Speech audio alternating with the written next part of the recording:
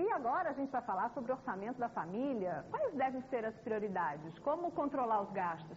Quem está aqui com a gente é a economista Tereza Kelly, que vai dar dicas preciosas sobre o assunto. Bom dia. Olá, bom dia. Bem-vinda ao programa. Tereza, é preciso ser especialista ou economista para ter as contas, as finanças em ordem em casa?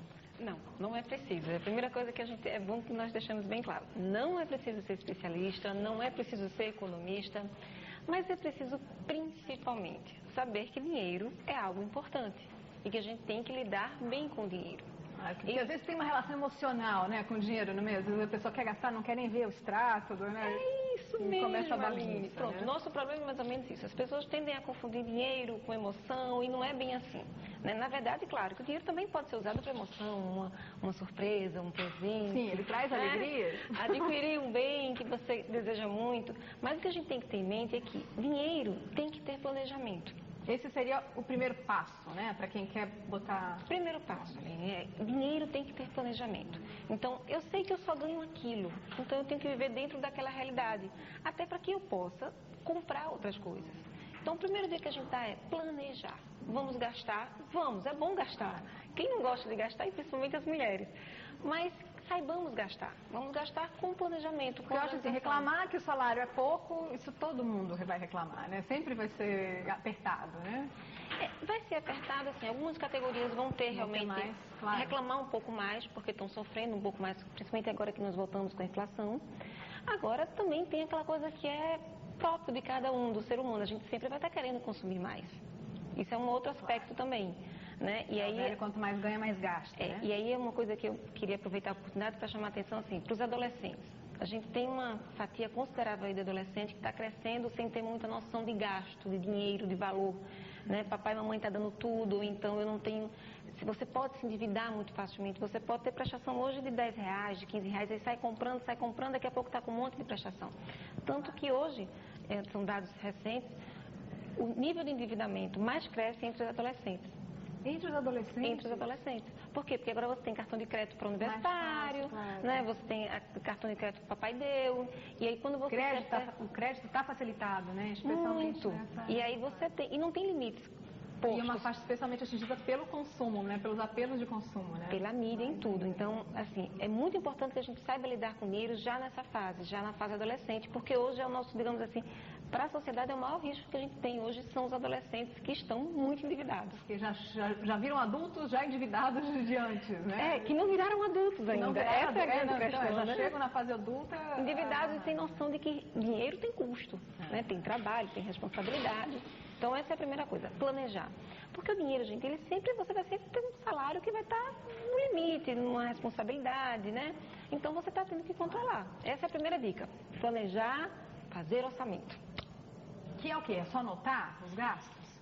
Não é só anotar, mas é basicamente isso. Porque também não adianta a gente estar dificultando muito, dizer, tem que ser uma planilha, não. É simples, gente, olha só. Quanto é que eu gasto? Eu gasto com feira, eu gasto com aluguel ou com prestação de um imóvel, eu gasto com passagem, né? Eu gasto com remédio, né? Eu gasto com lazer, porque essa é outra coisa que a gente esquece de colocar, mas todo final de semana a gente gosta de sair. A gente acha que os extras, não é isso? Que são sempre muito subestimados, né? Isso, e assim, a mulher tem aquela coisa que vai ao salão de beleza, né? Que passa a ver um cosmético, né? Então isso é um custo, então a gente tem que anotar. O quê? Não vale um caderninho mesmo? Para quem não tem intimidade com planilhas de computador? Quem não usa computador, quem não tem planilha, um caderno, é bem básico. Bota lá, quais são as minhas despesas? O que é que eu gasto por mês? Quanto é que eu gasto por mês? E aí depois ao lado eu vou botando quanto é que eu vou gastando. Por dia, tipo, estabelecer um hábito diário de no final do dia ir lá... Quem puder estabelecer diário, até pode, mas aí já é um detalhamento que eu nem vou... Nem exigir tanto. Vamos fazer uma coisa ainda mais simples. Vamos simplesmente num caderninho colocar tudo que eu gasto, quais são os meus itens de despesa. Organizadinhos, despesas básicas, extras. E aí a gente dá uma sugestão que seja, primeiro, as chamadas despesas de casa, né? Então, que é alimentação, né? Se você tem um auxiliar dentro de casa ou uma diarista, coloca lá, condomínio, água, luz, telefone, né? Aí depois vem as despesas com filho, porque filho tem escola, tem livro, tem dinheirinho do final de semana, né? Tem a mesada, tem o transporte escolar, que muita gente esquece disso, né? Tem o esporte, tem sempre essas coisas extras, então tem que estar colocando lá. E tem as despesas também pessoais. que são as despesas pessoais. Que existem e não podem ser ignoradas, né, no orçamento. Por exemplo, a passagem, a gasolina, o seguro do carro, né? O lazer, a academia, enfim, tudo isso está... Plano de saúde, previdência, remédios, né? Então, esse tipo de coisa tem que estar anotado lá. E aí você tem quanto eu gasto. O que é interessante? É porque você pode, inclusive, quando você faz isso, Aline, saber onde eu gasto mais. Sim. E onde eu posso tentar reduzir. Porque, claro, a gente sabe que num momento como esse, que a gente está verificando a volta da inflação, você ter ciência de quanto você gastava, olha, em supermercado, em feira, eu gastava X, agora eu estou gastando X mais 10%.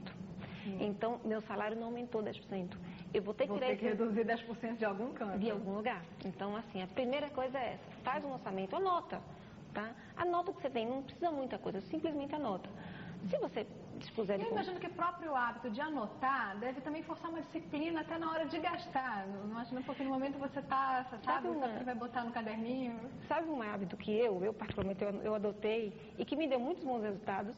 A gente tem a mania de colocar dinheiro na carteira. E aí, dona de casa, nossa, faz isso com maestria.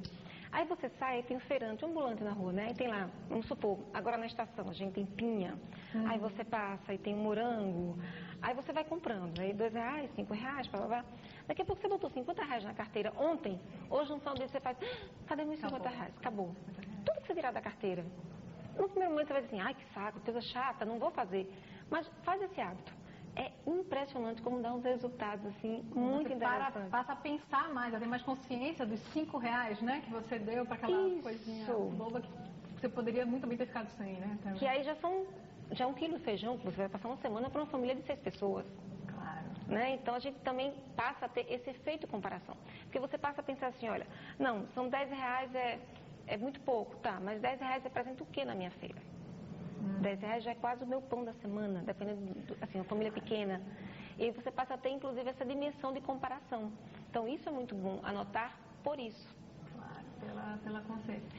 Agora, por exemplo, celular, né? É um rombo no orçamento também, que se você não está de olho, vai longe, né? Tem algum... Olha, celular, eu vou dar uma dica... Melhor pré-pago mesmo? Não, deixa eu dizer, eu vou dar uma dica que as operadoras não vão gostar muito, mas a dica é a seguinte... Tente, se possível, ter um celular de cada operadora. As operadoras não vão gostar muito. Não vão gostar. O que acontece? Olha só. E aí eu não vou falar aqui operadora, mas eu tenho em média, inclusive para pré-pagos, em média eu tenho. De operadora A para operadora A, eu usando de crédito, eu vou pagar 7 centavos, 6 centavos, 8 centavos no minuto de ligação. Se eu ligo da operadora A para a operadora B, eu vou pagar 70 centavos. Nossa. Se eu ligo da operadora A para a operadora C, eu posso estar pagando 50 centavos. Tá? Então, por exemplo, eu tenho um celular que já está comigo há mais de 10 anos e que é de uma operadora A. Mas eu tenho um chip de uma operadora B e um chip de uma operadora C. Então, se eu vou ligar para você, quando eu pego o seu número, eu já te pergunto, você é que operadora? E você faz, eu sou B. Aí eu cadastro lá e já sei que você é B. Então, quando eu vou ligar, eu não ligo da minha operadora. Sim, e só com isso você já economiza bastante. Na minha conta, particularmente, eu economizei R$90 por mês. É significativo. Muito significativo. Essa é uma dica assim, importante, essa questão das operadoras de telefonia celular. Agora, quanto a envolver toda a família nesse planejamento? Imagino que é importante, né? Não é um ato que só o pai ou o adulto de casa para fazer, né? Tem que convencer filhos. Nossa, se a gente conseguisse fazer isso, se a gente conseguisse fazer um planejamento em família, isso seria bom, principalmente para essa faixa etária que eu estou falando ainda agora, são os adolescentes, né? Porque, olha, vamos pegar um exemplo bem fácil de um item em casa que a gente pode diminuir custo. Telefone fixo. Telefone fixo. É um telefone custo que você só se justifica se você tiver uma criança pequena ou alguém da terceira idade que tem dificuldade de ligar. Senão é um custo muito alto e que você precisa do envolvimento de todos para fazer com que o orçamento dê certo. Gente, o assunto não tem fim. De novo, eu fico com dor no coração quando tenho que encerrar a entrevista por conta do tempo. Mas eu queria muito ser de volta. Com certeza, estamos à disposição. Muito obrigada. Obrigada pela oportunidade. E só